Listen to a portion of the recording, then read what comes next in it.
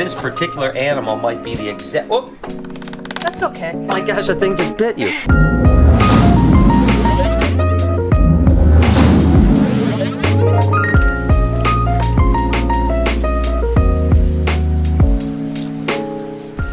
Hey, good morning everybody, and welcome to the vlog. I hope the start of your day is absolutely incredible. Take a look at one of the new additions that we have here at the Reptarium. And today I'm going to talk to you because we're actually adding 3 new things to the Reptarium. The first is this absolutely amazing Chihuahua gecko, but more on that in a minute. So basically, in a nutshell, we have 3 habitats. This one here, and the one I just showed you that actually needed new inhabitants. This was actually Pinocchio's cage, and I told you guys that we were actually putting Pinocchio down in hibernation because it had went off food. It's a 7-year-old animal that has always hibernated, so it was off food thinking it should hibernate, so we pulled him off and we put him into hibernation. We also put Yeti, the blizzard corn, in hibernation because of the exact same thing. It stopped eating and we just thought, let's go ahead and just cool him down. So we need 2 animals for this over here, and then we actually pulled off the gargoyle geckos because they're back at BHB for the breeding season, hence the reason we ended up bringing this cute little monkey over to fill up this cage. I absolutely love Chihuahua geckos. And just take a look at how absolutely amazing that animal is. And basically you have the big 3 on the New Caledonia Islands. You've got the crested geckos, which are the small ones.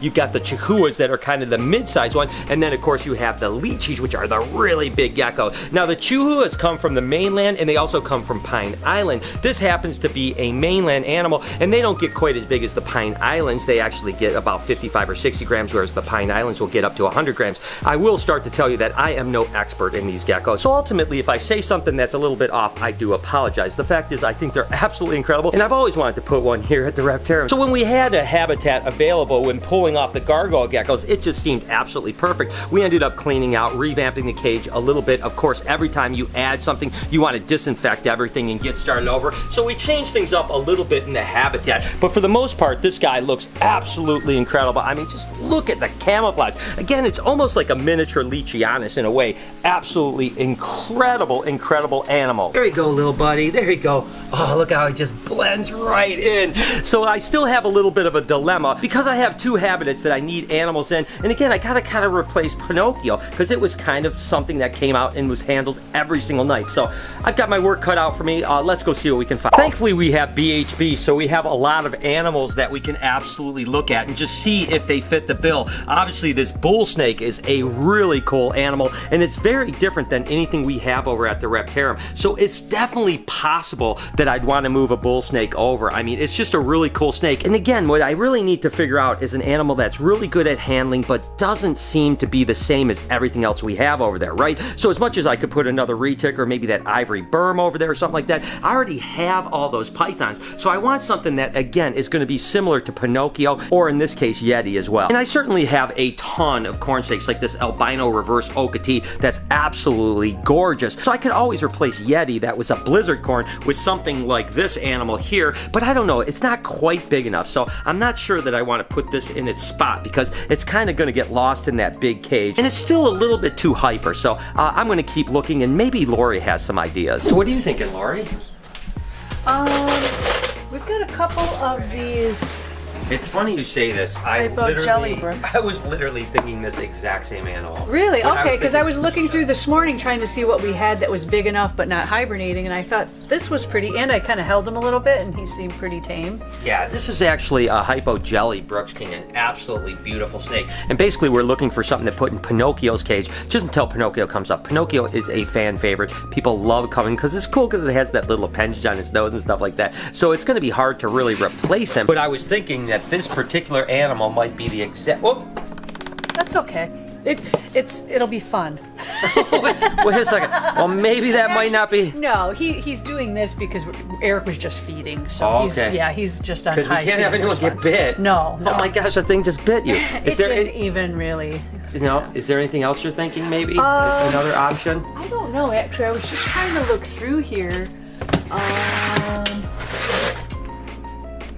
Maybe a Cal King? Yeah, I don't know. Cal Kings like to pee and poop on people, so... Okay, well, that's good. Brooks King, possibly, but we want to make sure it's not a biter, so that might work. We'll keep looking, see if there's something else. Kenyan Samboas is something that I really would like to put over there because people are kind of fascinated with them. They're just such an unusual animal, almost like that movie Tremors or something like that. They're just really goofy. The only problem with Samboas is the fact that they kind of hide all the time. They burrow. That's why they call them Samboas. They burrow, and you can see their eyes are on the very top of their head. And that's basically how they stay their whole life, is they bury themselves, and those little eyes and that little head just stick above land, and when something comes, wham, they're an ambush hunter. So they're probably not a very good display animal. As much as I'd love to put a Sambo over like this Kenyan Sambo, I just don't think it really matches what we want over at the Reptarium. Not to mention it's a really tall cage. You know, obviously these guys are always buried in the ground, so they don't climb, they don't even stay above ground, let alone use that height. So the fact that it's a 36-inch tall habitat, Sambo is probably not going to work. On a completely separate note, anyone that's visited the Reptarium over the last couple weeks will have realized that Roswell has actually been off exhibit. I talked about it. He just got a little bit thin and wasn't really eating as much as we wanted to, so we brought him back over to BHB, and he's starting to plump up really good. Again, he's got a little ways to go, but I think if he's over here for another month or so, he may actually be able to get back over to the Reptarium. And like I mentioned, I really would love to put this ivory berm over, and I think when she gets bigger, she may actually go over to the Reptarium. I'm not 100% sure now, but you know, we already have Snaz, we have Sunrise, and I just don't think another berm, even though it's a completely different color, really makes a lot of sense. I don't know. Let me know in the comments what you guys think, or if there's an animal in particular you think I should put over there. As for now, I think I'm going to keep looking, but this girl certainly is unbelievably beautiful. Here's another snake that I absolutely would love to show off at some point. Of course, it's the Calabar burrowing python. Such an unusual West African snake. I mean, it basically balls up like this. That's its defense mechanism, and it's just such a goofy animal. But the problem, again, is it hides all the time. Just wouldn't really make for a really fun thing, and even when you're handling it, I mean, it's really not that interesting. I think it's a super, super cool snake, but one that probably doesn't really deserve to be on display yet. Now, if I ever do a Reptarium where there's a bunch of display animals that don't come out, a Calabar burrowing python, a Kenyan Samboa, and even other Sambos, definitely really cool. Now, someone did mention I should get a legless lizard. I think that's a really good idea. They wouldn't be good for these particular displays because they need more ground area. They're not as much climbers, but legless lizards, I could see adding that to the Reptarium because they're just so unusual. You know, and as I'm looking around, I'm just kind of opening up drawers, thinking of things, thinking what would be really cool over there. Great handling animal, really good display animal, doesn't hide too much, will climb a little bit,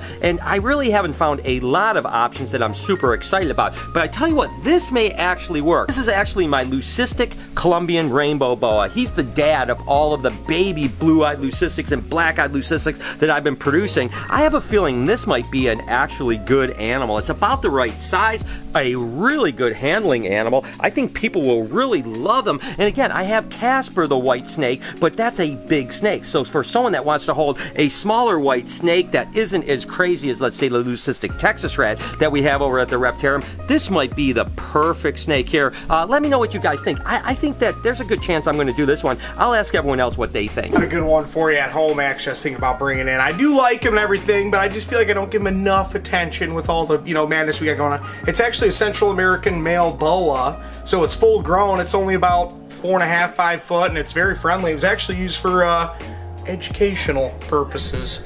That's a terrible idea. Thanks. Okay, yeah, no, that's fine. I think that would be too big, though. Would be too big for It might be too big. Yeah. No, it's a good idea. It's a good idea, but it is probably a little bit too big. Nice try, Eric. Nice So as I'm deciding what to put in those last couple habitats, the one thing we know is in there is the Chihuahua gecko, which is actually Jessica's gecko, which is pretty cool. I'm glad that she brought it in. So you just got that recently, right? Yeah, I just picked it up like maybe 3 weeks ago at the Reptile show. It's doing good. What does it eat? Their diet is very similar to the gargoyle and the leeches. Oh, okay. It's just the Pangea crested gecko diet or whatever, and then I've been giving her super, she really loves them. That's awesome. Well, you guys, if you ever come to the Reptarium, you'll see Jessica's gecko over there, the Chihuahua gecko, definitely. All right, I got to make a decision on what I'm going to put in those last couple habitats. Once again, what we have going on here is we have Noah and Eric basically just surfing the internet on their phones instead of working. We were researching about reptiles. Reptiles. Really? It's funny because I didn't think that that was the Yeah, anyways. So I've got to put 2 animals in the Reptarium. Okay. I really probably am going to stick with snakes on these ones because they're the tall cages. Okay. Stuff like that. What, you got any ideas? What do you think? Toughie. Yes. Tall cages. Which ones?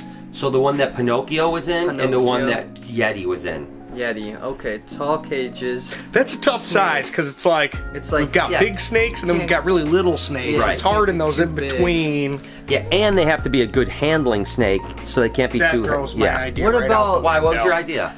You know, stick some vipers, something, maybe some tree I was vipers. thinking, You know, something just venomous. I heard about something called like, is it like a blue lake snake or something like that? Blue lake. What's a snake? blue snake? We don't. I want a Blue lake snake. I like it. I like it. Okay, guys. You've heard it here first. We're gonna put a blue lake snake. It telling you, this rhymes. is It real. rhymes. It It's a does. blue lake snake. Yeah. I'm gonna look it up because this has got to be real. Hey Siri, blue lake snake. This is gonna be good.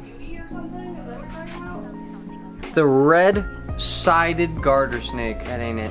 I don't Is know. that the blue lake snake? All right. Well, once again, you guys have been a tremendous amount of help. Hey, you know, I we're appreciate trying. you guys. We're trying. Okay, I'm gonna go on to my, yeah, I'm gonna go back. Thanks, guys. After looking at everything, I decided that we are absolutely gonna go with this Hypo Jelly Brooks. Now, it is a little bit hyper right now, so what's gonna happen is I'm gonna take it over, let it over there, and we're gonna give it a day or two to kind of chill out and see if it'll actually be a good display animal, also one that handles. The way that we actually do animals over at the Reptarium is we'll wait at least 2 or 3 weeks, handling them almost every day, trying to make sure that we understand their behavior over there before we ever hand it to anyone. So let's go ahead, take this guy over, put him in the cage, and we'll see how he does, and hopefully it will be a hit. So we got everything cleaned out and disinfected in here in Pinocchio's cage, so I think I'm going to just go ahead and let him go and see what he does. And you guys know I love seeing snakes that go into these cages for the very first time. It's just, I think, like, what are they gonna think, you know? I mean, he's just gonna kind of explore all over the place.